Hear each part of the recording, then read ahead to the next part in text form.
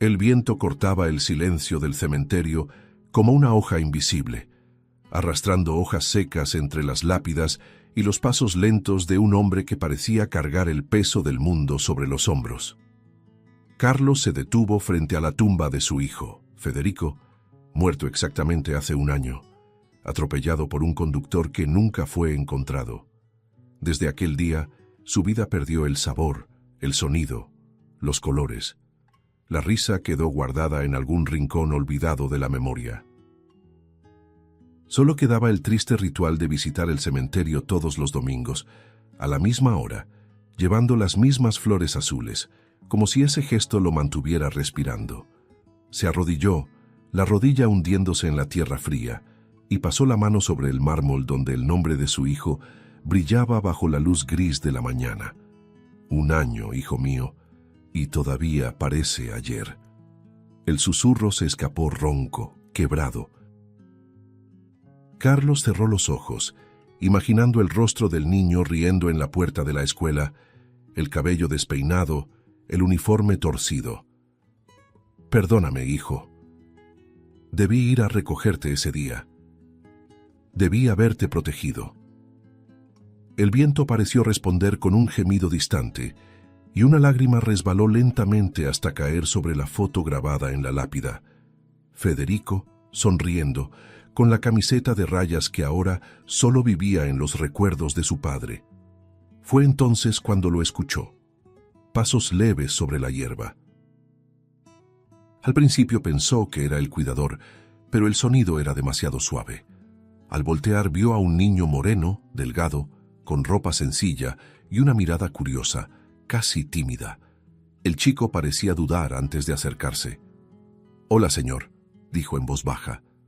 Carlos frunció el ceño, sorprendido.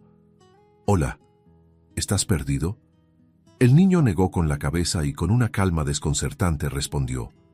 «No, señor, yo solo quería decirle que su hijo me dio esta camiseta ayer». Por un instante, el mundo se detuvo.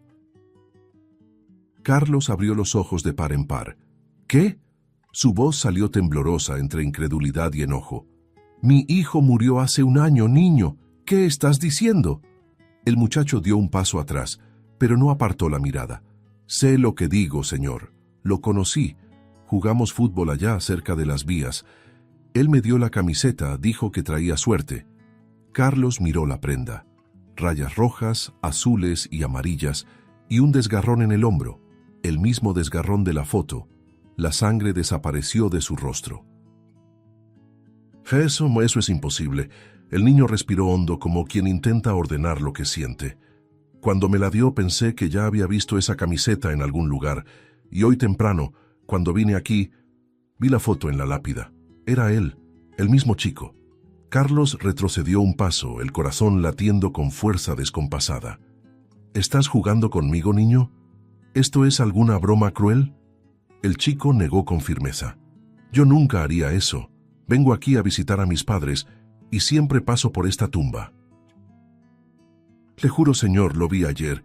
Vive en una casa amarilla cerca de las vías. Ahí fue donde nos encontramos». Carlos llevó las manos a la cabeza, tratando de contener la desesperación que lo invadía. «¿Me estás diciendo que mi hijo está vivo, que vive en una casa amarilla?» Su voz se quebró a mitad de la frase. El niño solo lo miró con esa inocencia desconcertante que no pedía credibilidad, solo confianza. «Sé lo que vi, no estoy mintiendo». Carlos sintió que las piernas le temblaban. Era como si el suelo del cementerio se abriera bajo sus pies. «Dios mío, esto no puede estar pasando». Se agachó, quedando cara a cara con el niño. «¿Cómo te llamas?», preguntó casi en un susurro. «Iván», respondió el chico. Carlos lo observó en silencio unos segundos, el pecho subiendo y bajando con un ritmo desordenado. Ese nombre, esa certeza en la mirada del niño, todo lo empujaba hacia lo desconocido. «¿Puedes llevarme a esa casa, Iván?», dijo por fin, con la voz ronca pero decidida. El niño dudó un instante, luego asintió con la cabeza. «Sí, señor, recuerdo el camino». Carlos se levantó despacio. la mirada perdida entre el dolor y una chispa de esperanza. Al fondo, el viento sopló otra vez, como si por fin el silencio del cementerio hubiera despertado. Carlos apenas sentía el suelo bajo sus pies mientras caminaba detrás del pequeño Iván. La imagen de la camiseta aún ardía en su mente como una herida abierta.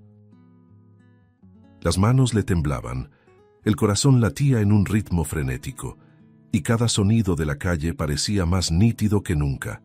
El sol comenzaba a salir detrás de los edificios, tiñendo el cielo de un dorado opaco. El contraste entre el brillo de la mañana y el vacío dentro de él era casi cruel.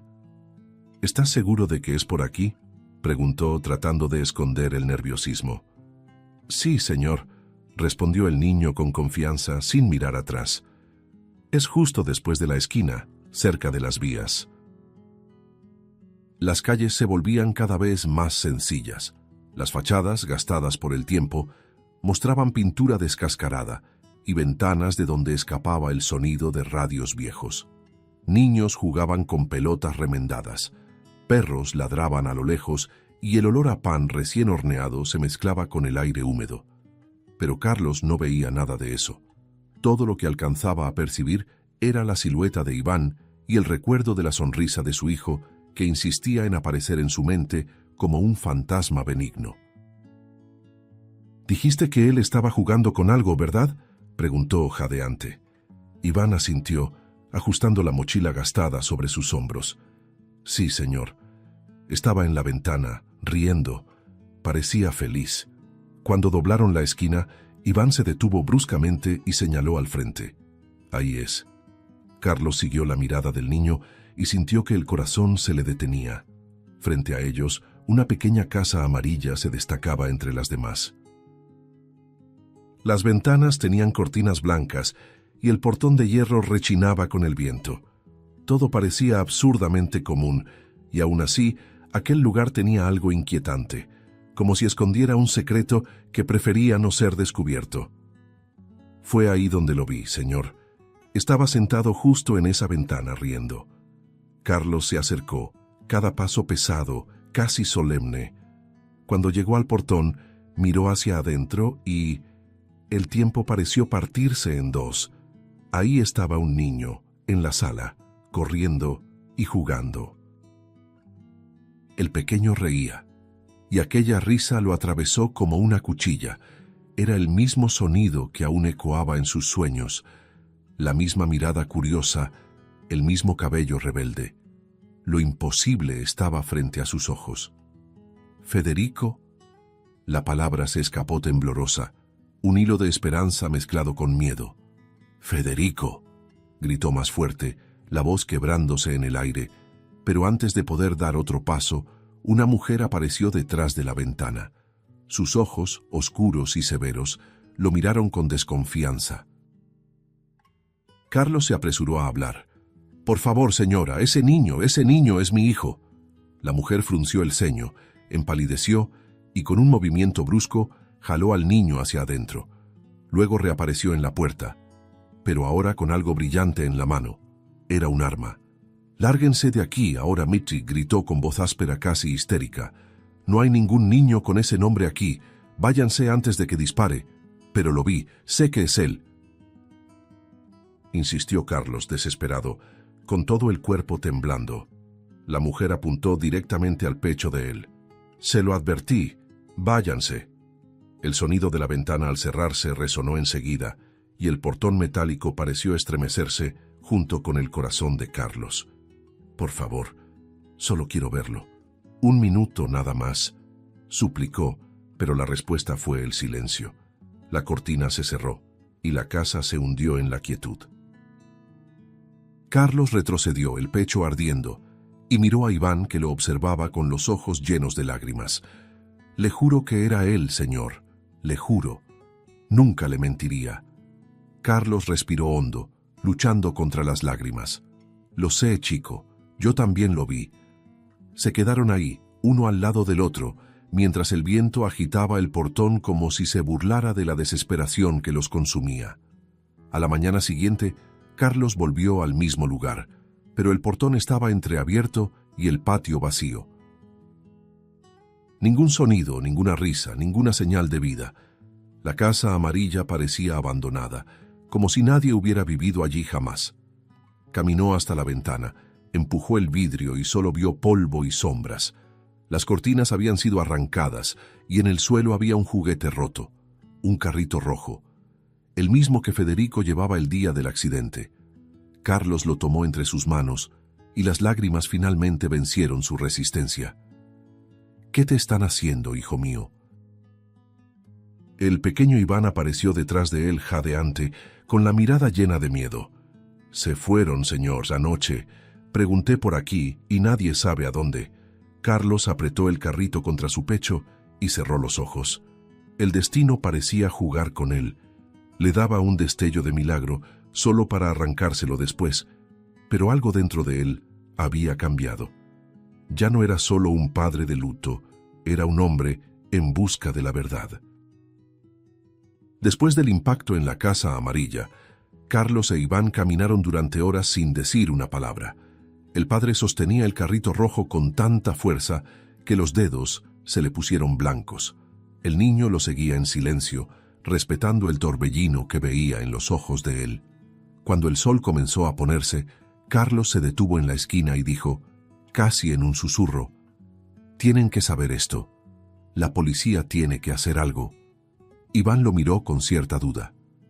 «¿Cree que le van a creer, señor?». Carlos respiró hondo, intentando convencerse de lo que decía. «Tienen que creer. Vi a mi hijo con mis propios ojos». Y así, los dos siguieron juntos hacia la comisaría. Carlos entró en la estación de policía con los ojos hundidos, el rostro abatido y el carrito rojo apretado en las manos como si fuera una prueba sagrada. El ambiente era frío, iluminado por lámparas parpadeantes, y el olor a café viejo se mezclaba con el murmullo apagado de voces y pasos. Se acercó al mostrador y el policía de guardia levantó la vista, aburrido.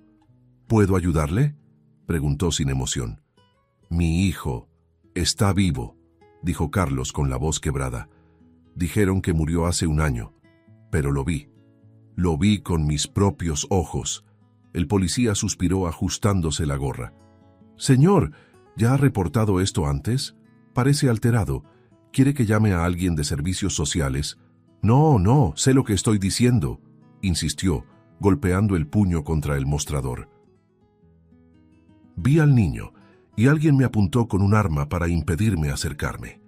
El ruido llamó la atención de otros agentes, que intercambiaron miradas de compasión. «Su hijo murió atropellado, señor», dijo un policía mayor, en tono condescendiente. «Recuerdo el caso, fue terrible. A veces el duelo nos hace ver lo que queremos ver». Carlos permaneció inmóvil por un momento, el pecho subiendo y bajando con fuerza. El duelo no inventa camisetas idénticas, ni juguetes desaparecidos. El duelo no te apunta con un arma para esconder a un niño vivo. El policía se levantó, tratando de parecer empático, pero su mirada traicionaba la incredulidad. «Por favor, váyase a casa. Descanse. Esto no le ayudará». Carlos lo miró con rabia y dolor, los ojos llenos de lágrimas. «Son todos iguales. Nadie quiere ver lo que tiene frente a los ojos». Se dio la vuelta bruscamente y salió de la comisaría, el golpe de la puerta resonando por el pasillo. Afuera, el sol del mediodía quemaba el asfalto y el calor parecía sofocante. Se apoyó en un poste, el cuerpo temblando. «Quizás sí me estoy volviendo loco», murmuró, pasando la mano por su cabello. Fue entonces cuando una voz suave interrumpió sus pensamientos. «Yo le creo, señor». Carlos levantó la vista y vio a Iván parado en la acera, sosteniendo un pedazo de pan envuelto en una servilleta arrugada.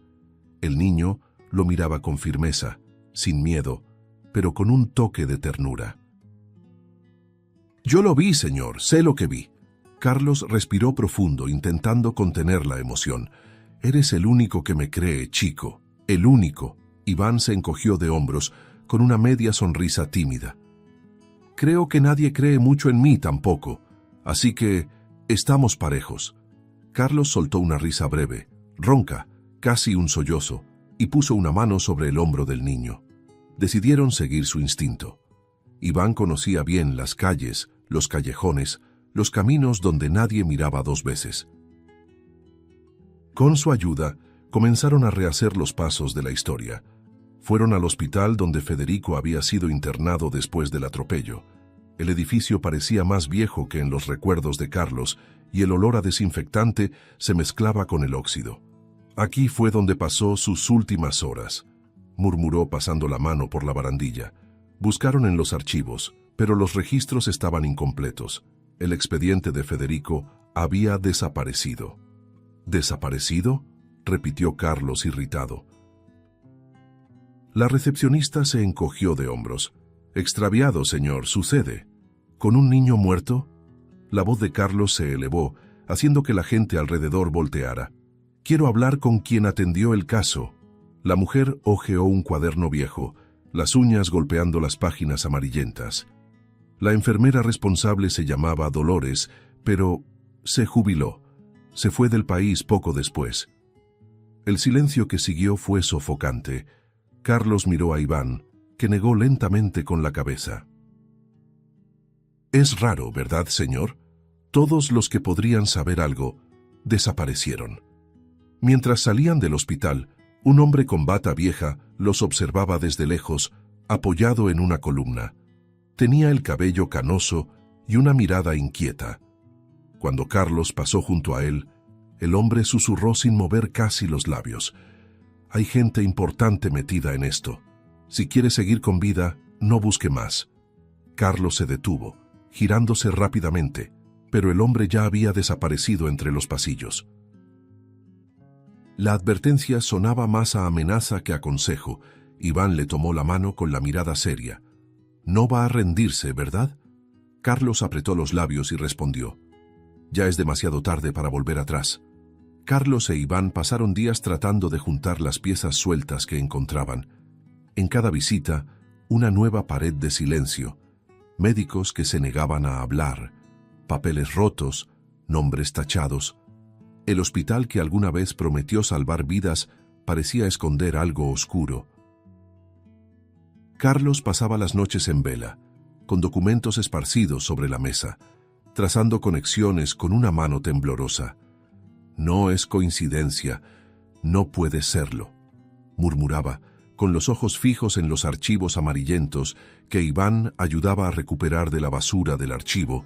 El niño atento señaló, mire, señor, todos estos niños fueron declarados muertos después de accidentes, pero ninguno tiene el acta de defunción completa.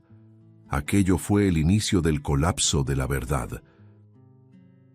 Carlos examinaba cada registro con la respiración agitada, el corazón acelerado. Dios mío, susurró, tocando el nombre de Federico en un papel manchado de café. Aquí está, pero el número de expediente es igual al de otro niño. Iván se acercó, confundido. ¿Quiere decir que usaron el mismo código? Carlos asintió, con la voz quebrada. Quiere decir que alguien falsificó la muerte. La sala quedó envuelta en un silencio tenso, roto solo por el rechinar del ventilador del techo. La revelación parecía imposible, pero estaba ahí, frente a ellos, en tinta y papel. Decididos a entender hasta dónde llegaba todo eso, buscaron al empleado de mantenimiento que había trabajado en el hospital en la época del accidente. El hombre, viejo y desconfiado, aceptó hablar en un bar lejano. Le temblaban las manos al sostener el vaso. No deberían meterse en esto, murmuró. Vi cosas, camiones saliendo de noche, con cajas grandes, acompañadas por enfermeros y guardias armados. Carlos se inclinó con la mirada firme. ¿Cajas con qué? El hombre desvió los ojos.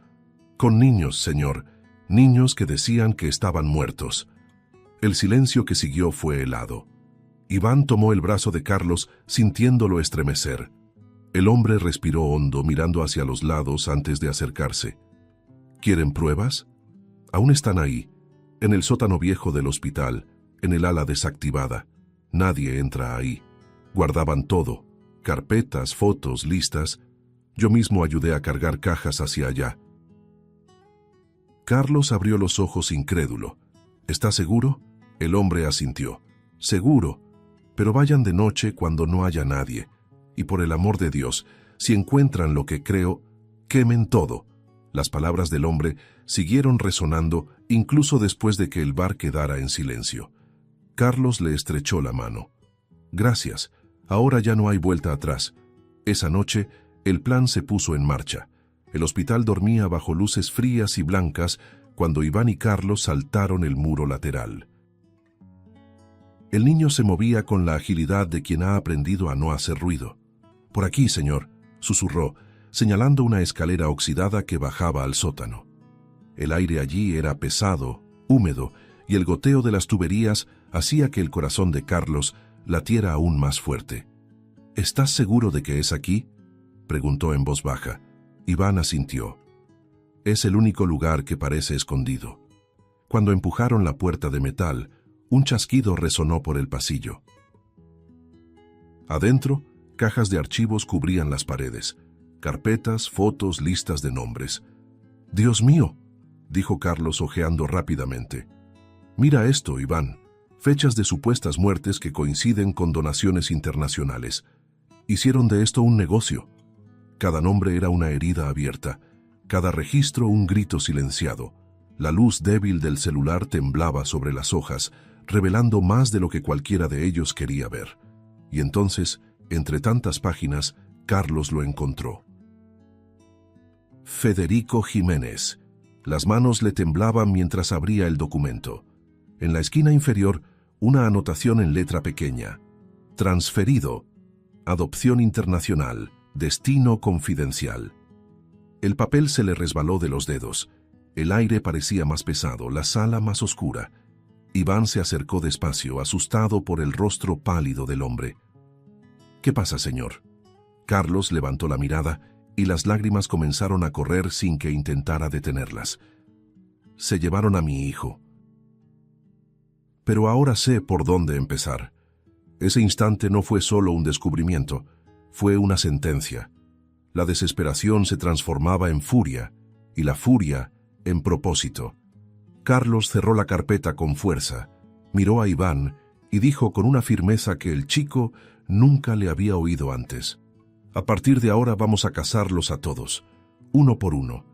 Iván asintió, con el rostro serio, sintiendo el peso de la misión que acababa de comenzar.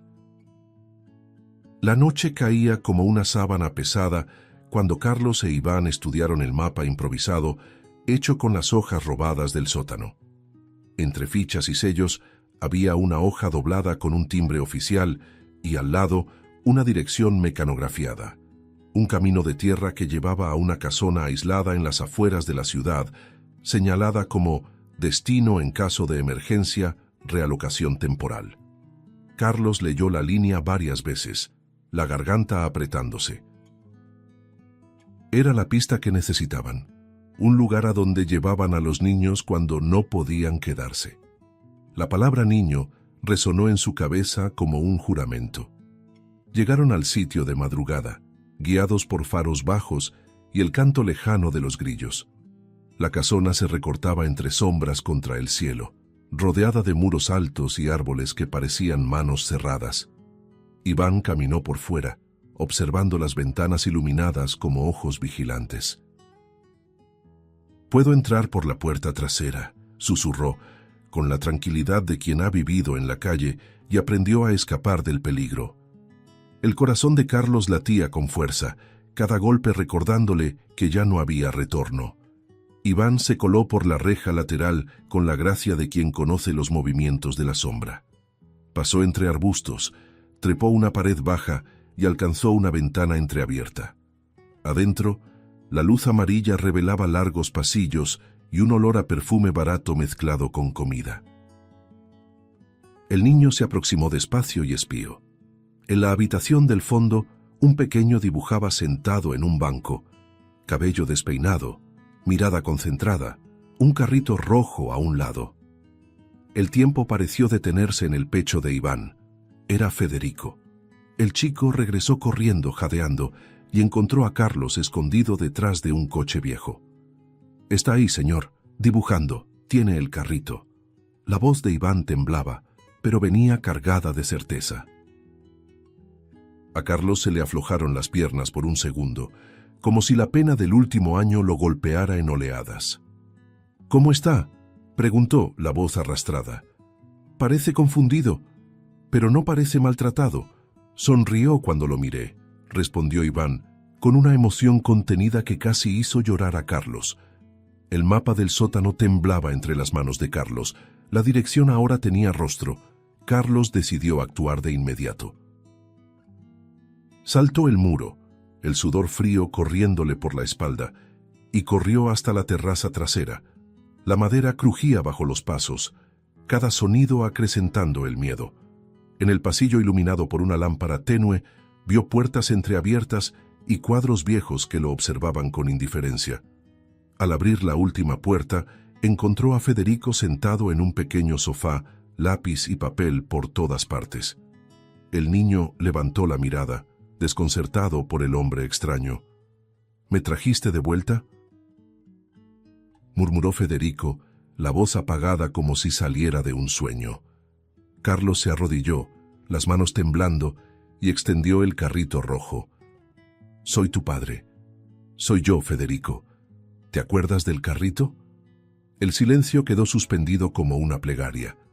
El niño tomó el juguete, miró la foto en la pared que le recordó vagamente la camiseta de rayas, y entonces algo parecido al reconocimiento cruzó su rostro.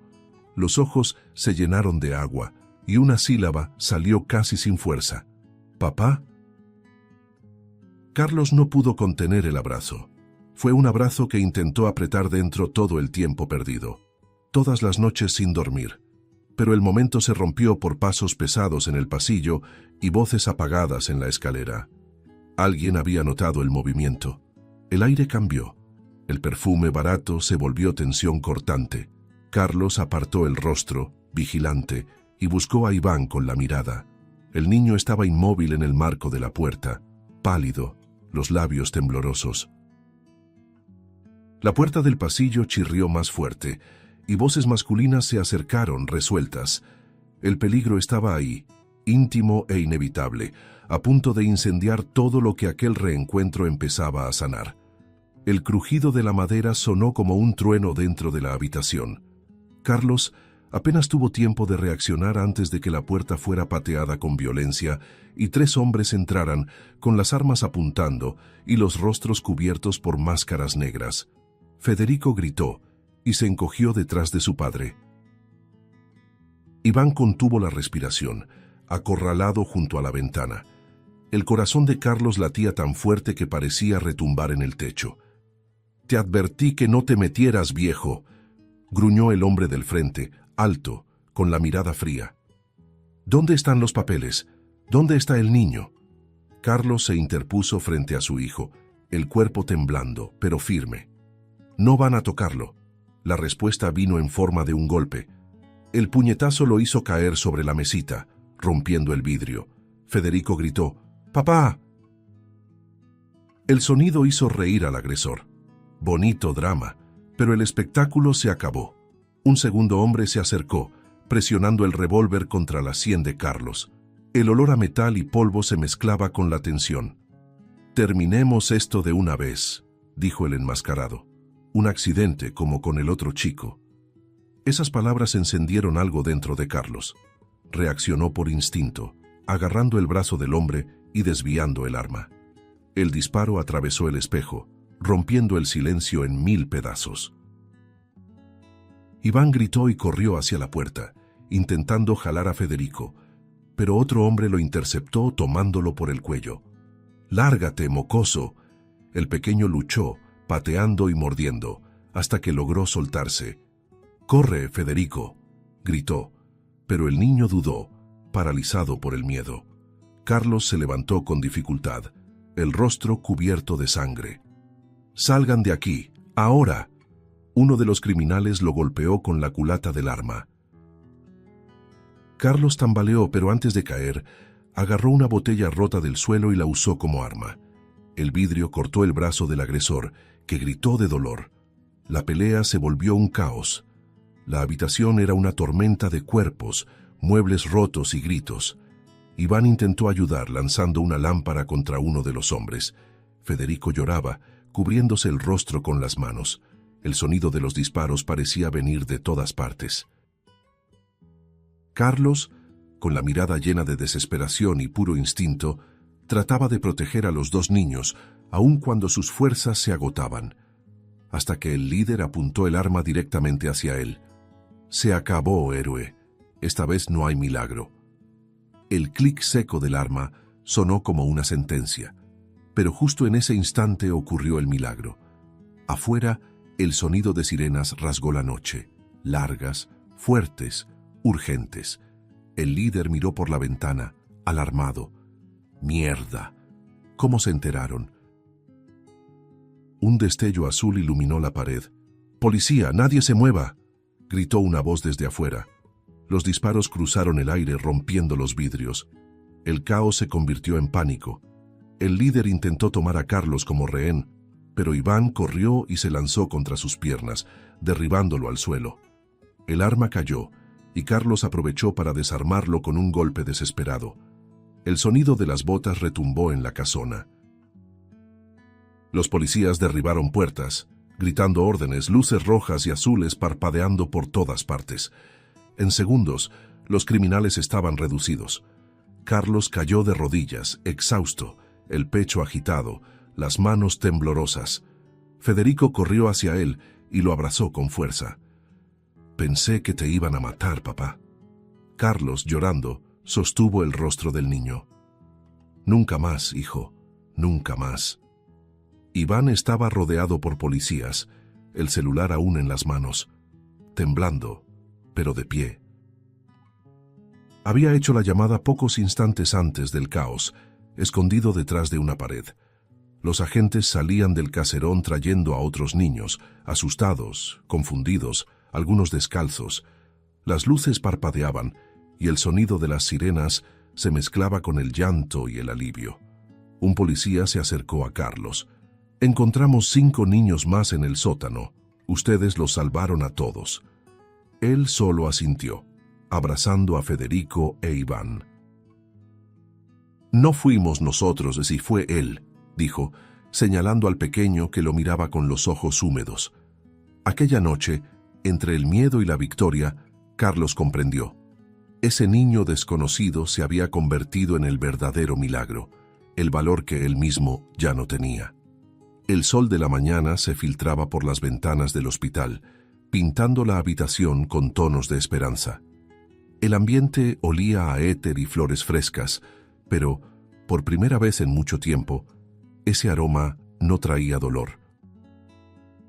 Carlos estaba sentado al borde de la cama, observando a su hijo dormir con el rostro sereno.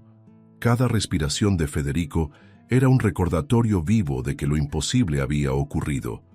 En un rincón del cuarto, Iván esperaba en silencio, con las manos inquietas sobre el regazo, como si aún no supiera qué hacer en ese nuevo mundo donde el miedo ya no lo perseguía.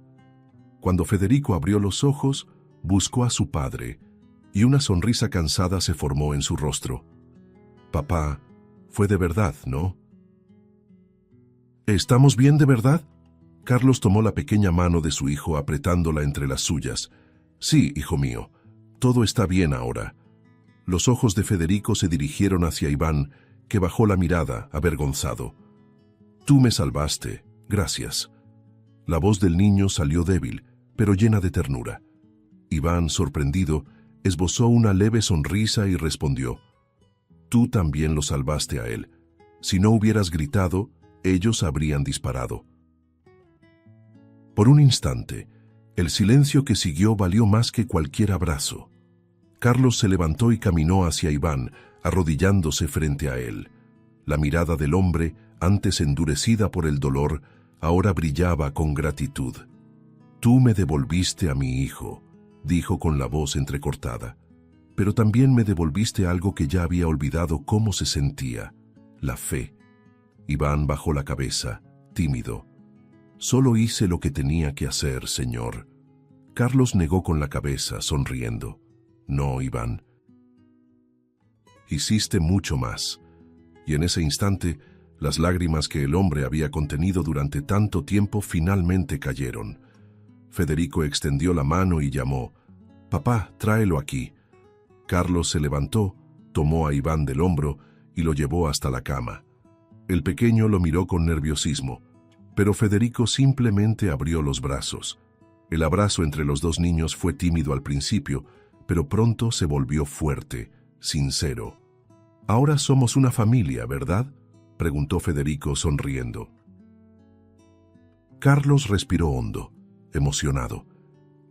«Si depende de mí, sí lo somos». La habitación se llenó de una luz suave, casi divina, como si el mundo entero estuviera presenciando aquella promesa silenciosa. En los días siguientes, Carlos cuidó de ambos niños en el hospital. Les llevaba revistas, frutas, contaba historias y reía por cosas simples que hacía mucho no lo hacían sonreír. Médicos y enfermeras los miraban con cariño. Aquel trío improbable, el padre que encontró a su hijo, el hijo que volvió a la vida y el niño desconocido que unió sus destinos con valentía. A veces, Iván lo observaba en silencio, como si aún temiera despertar y descubrir que todo había sido un sueño. Una tarde, Carlos se acercó a la cama de Iván, que miraba por la ventana el movimiento de la calle. «No tienes a dónde volver, ¿verdad?», preguntó con delicadeza. El niño dudó, encogiendo los hombros. «No, señor, vivo donde puedo, pero no se preocupe por mí». Carlos suspiró, arrodillándose junto a la cama. «Iván, tú me salvaste, y ahora quiero salvarte yo a ti». El chico parpadeó, confundido. «¿Cómo así?». Carlos sonrió y respondió con voz firme: «Quiero que vengas a vivir con nosotros. Quiero darte lo que te quitaron, una familia». Por un instante, Iván no dijo nada. Solo miró a Carlos, luego a Federico, que asintió emocionado. Entonces las lágrimas comenzaron a caer, tímidas, sinceras, limpias. Asintió con la cabeza, y Carlos lo abrazó con fuerza, sintiendo aquel cuerpo pequeño y frágil, pero lleno de valentía. «Bienvenido a la familia, hijo», susurró, y por primera vez, Iván lloró no de miedo, sino de alivio. Los meses siguientes fueron de reconstrucción. La vida de Carlos, antes marcada por funerales y nostalgia, ahora giraba en torno a dos sonrisas: la de Federico, que poco a poco volvía a jugar, y la de Iván, que aún aprendía lo que era vivir sin miedo. Las paredes de la casa, antes silenciosas, volvían a escuchar risas y pasos apresurados, pero en el fondo, Carlos sabía que aún faltaba un paso, algo que sellara ese lazo que el destino había tejido entre ellos. Por eso, una mañana fría, entró al juzgado con un fajo de papeles en las manos y el corazón acelerado: la solicitud de adopción de Iván. El proceso fue largo. Asistentes sociales visitaron varias veces la casa, observando cómo convivían los tres. Había anotaciones, preguntas, evaluaciones. «¿Está usted seguro de que quiere hacer esto?», preguntó una de ellas, hojeando el informe. Carlos sonrió sin dudar. «Totalmente seguro. No quiero que Iván sienta que me debe algo. Quiero que sepa que es mi hijo de verdad». La mujer lo observó en silencio, conmovida por esa sencillez que no necesitaba justificación. Federico, sentado en el sofá, balanceaba las piernas y decía: «Ya somos una familia, solo falta el papel». Durante las visitas, Iván se esforzaba por demostrar que pertenecía allí. Ponía la mesa, ayudaba a Carlos en el jardín y acompañaba a Federico por las tardes. Aún así, a veces despertaba en la noche, asustado, llamando a los padres que ya no existían. Carlos lo consolaba con paciencia, acariciando su cabello y susurrando: «Ahora estás a salvo, hijo, te lo prometo». Y en cada madrugada en la que el niño volvía a dormir sonriendo, una parte de las heridas del hombre también sanaba. Los días se convirtieron en semanas, y las semanas en meses. Finalmente llegó una carta por correo. Era la notificación de la audiencia final. Carlos leyó el documento varias veces, con las manos temblorosas. «Llegó el día», dijo con una sonrisa suave. Al día siguiente, Vistió a los dos niños con ropa limpia y los llevó de la mano al tribunal. La sala era sencilla, pero tenía una atmósfera solemne. El juez, un hombre de voz grave y mirada bondadosa, los observó atentamente antes de decir: «Señor Jiménez, ¿entiende usted que a partir de hoy este niño será legalmente su hijo?». Carlos se puso de pie, la voz firme a pesar de la emoción. «Ya lo considero mi hijo desde hace mucho, su señoría. Solo estoy aquí para oficializar lo que el corazón ya decidió». El juez sonrió e hizo una seña para que Iván se acercara. «Entonces, muchacho, puedes firmar aquí, escribiendo el nombre completo que quieras usar». Iván miró el papel, dudando. Luego levantó el rostro con los ojos llenos de lágrimas. Lentamente escribió: «Iván Jiménez». Las letras salieron temblorosas, pero llenas de pertenencia. Carlos secó sus lágrimas y tomó su mano. «Ahora sí eres mi hijo, de verdad». Los funcionarios aplaudieron discretamente. Federico corrió hacia su hermano y lo abrazó con fuerza. «Te dije que iba a salir bien», rió, con el entusiasmo de quien siempre creyó en los milagros. Iván lloraba, ocultando el rostro entre las manos. «Nunca pensé que alguien quisiera quedarse conmigo para siempre», dijo en voz baja. Carlos se arrodilló y respondió: «El amor no elige la sangre, hijo, elige el corazón». El juez observó la escena conmovido y declaró: «La adopción queda aprobada». Afuera, el sol brillaba alto y un viento suave movía los árboles del patio del tribunal. Carlos caminaba con los dos niños a su lado, sintiendo una paz que jamás pensó volver a experimentar. El vacío que la muerte había dejado fue llenado con algo más grande. Una nueva forma de amor, nacida del dolor, del valor y de la fe. Y mientras los tres bajaban las escaleras tomados de la mano, Iván miró a su padre y preguntó: «Ahora sí somos una familia de verdad, ¿verdad?». Carlos sonrió emocionado. «No, hijo mío, ahora somos una familia para siempre». La casa era sencilla pero llena de vida, repleta de risas, pasos pequeños y el sonido de las mañanas que comenzaban de nuevo. Federico e Iván corrían por el patio, con la ropa manchada de tierra y el corazón ligero. Carlos observaba desde la terraza, con la mirada serena de quien por fin había encontrado la paz. La mesa del comedor estaba puesta, y el aroma de la comida casera llenaba el aire como un abrazo. «Papá, mira lo que hicimos», gritó Federico mostrando un jarrón con flores azules. Iván completó: «Las mismas que llevas al cementerio, ¿te acuerdas?». Carlos sonrió conmovido.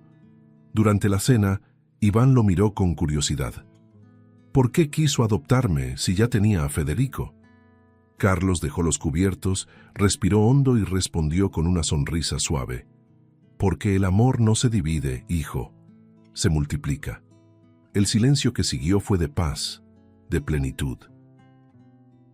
Afuera el jardín florecía bajo el mismo cielo que un día fue testigo de tanto dolor. La antigua tumba ahora era un macizo de flores azules, símbolo de que el amor, aunque herido, sabe renacer. Mientras avanzaba la noche, el sonido de las risas de los niños se mezclaba con la voz tranquila de Carlos. La vida puede quitarnos mucho, pero el amor siempre encuentra la manera de volver. Y en aquella casa sencilla, bañada por la luz del atardecer, tres corazones que un día vivieron en la oscuridad aprendieron lo que realmente significa volver a empezar. Si te gustó el contenido, no olvides suscribirte al canal para ver más videos como este. Deja tu like para apoyarnos y activa las notificaciones para no perderte ninguna novedad. Eso nos ayuda a seguir creando lo mejor para ti. Hasta el próximo video.